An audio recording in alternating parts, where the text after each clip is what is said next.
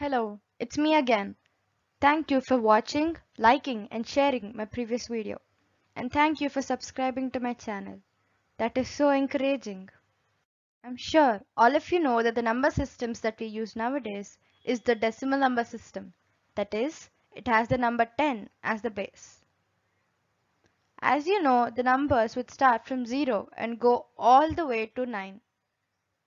After 9, we use the numbers 1 and 0 to form the next number, which is 10. And we keep doing this to get the successive numbers. Also, we generally find it convenient to use the numbers as multiples of 10, 100, 1000, etc. Isn't it? Now, let us do a bit of geometry. What are the internal angles in an equilateral triangle? 60 degrees each, isn't it? What are the internal angles in a square? 90 degrees each, of course.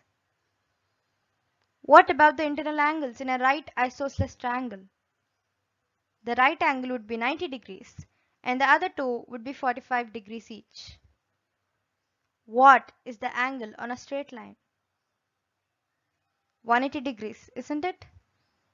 Now, what is the total angle in a circle about its center? 360 degrees, of course, would be your answer, isn't it? Yes, you're absolutely correct.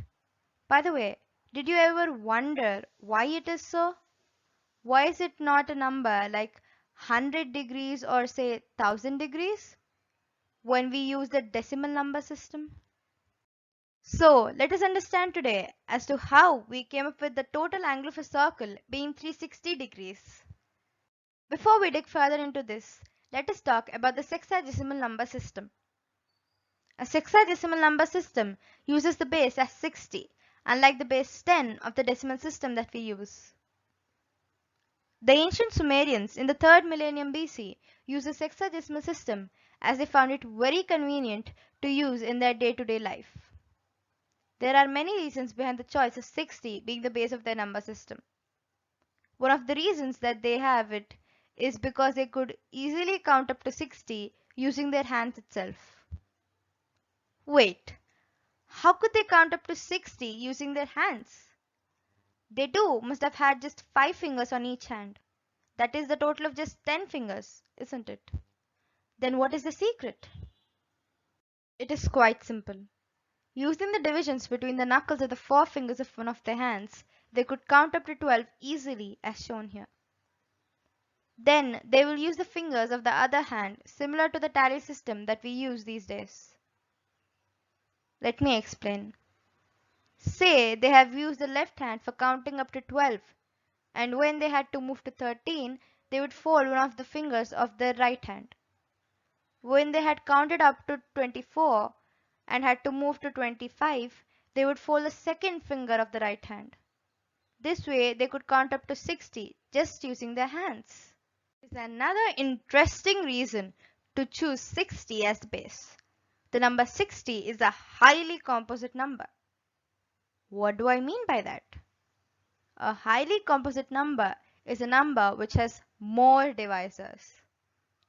The divisors or the factors of 60 are 1, 2, 3, 4, 5, 6, 10, 12, 15, 20, 30 and 60. That is a total of 12 factors. So, when 60 is divided with any of these numbers, we will end up with only natural numbers. That is, we don't have to deal with any fractions or decimals. As you know, during the ancient times, many civilizations believed that the earth is at the center of the universe and that all the other celestial bodies, including the sun, revolved around the earth.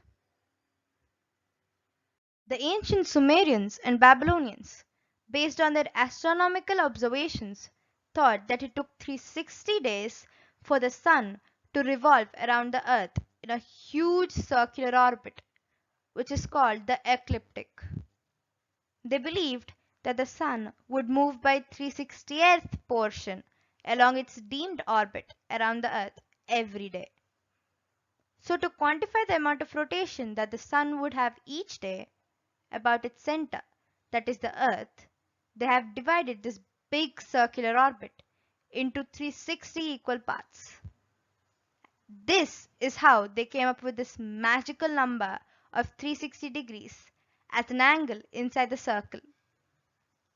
And we have been following this for more than 4,400 years now. Also, going with their number system base, they used 60 degrees as the internal angle for an equilateral triangle.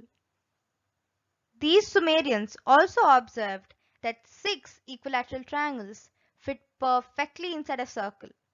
So the angle of each of these equilateral triangles, even that way, would work out to be 60 degrees, as 6 times 60 is 360.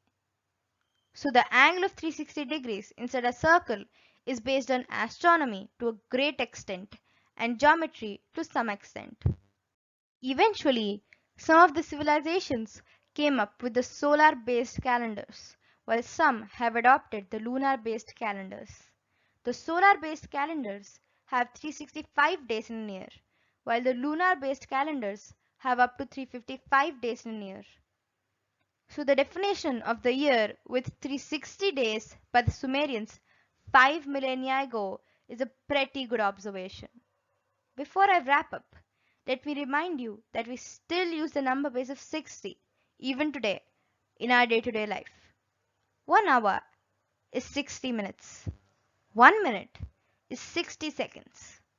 So 60 is a certainly fascinating number, and so is its multiple 360. I hope you agree with me. Thanks for your attention. Do you have any other theories? Please comment below. Please like, share, and comment on this video and subscribe to Thinking Hats. And don't forget to ring that bell icon to get notified whenever we post new videos. Also, do you have any questions you want to hunt out the answers for? Then type them in the comment section and we'll take them up for you in another video. Together we learn. So signing off for now. See you in the next video. Thanks for your attention.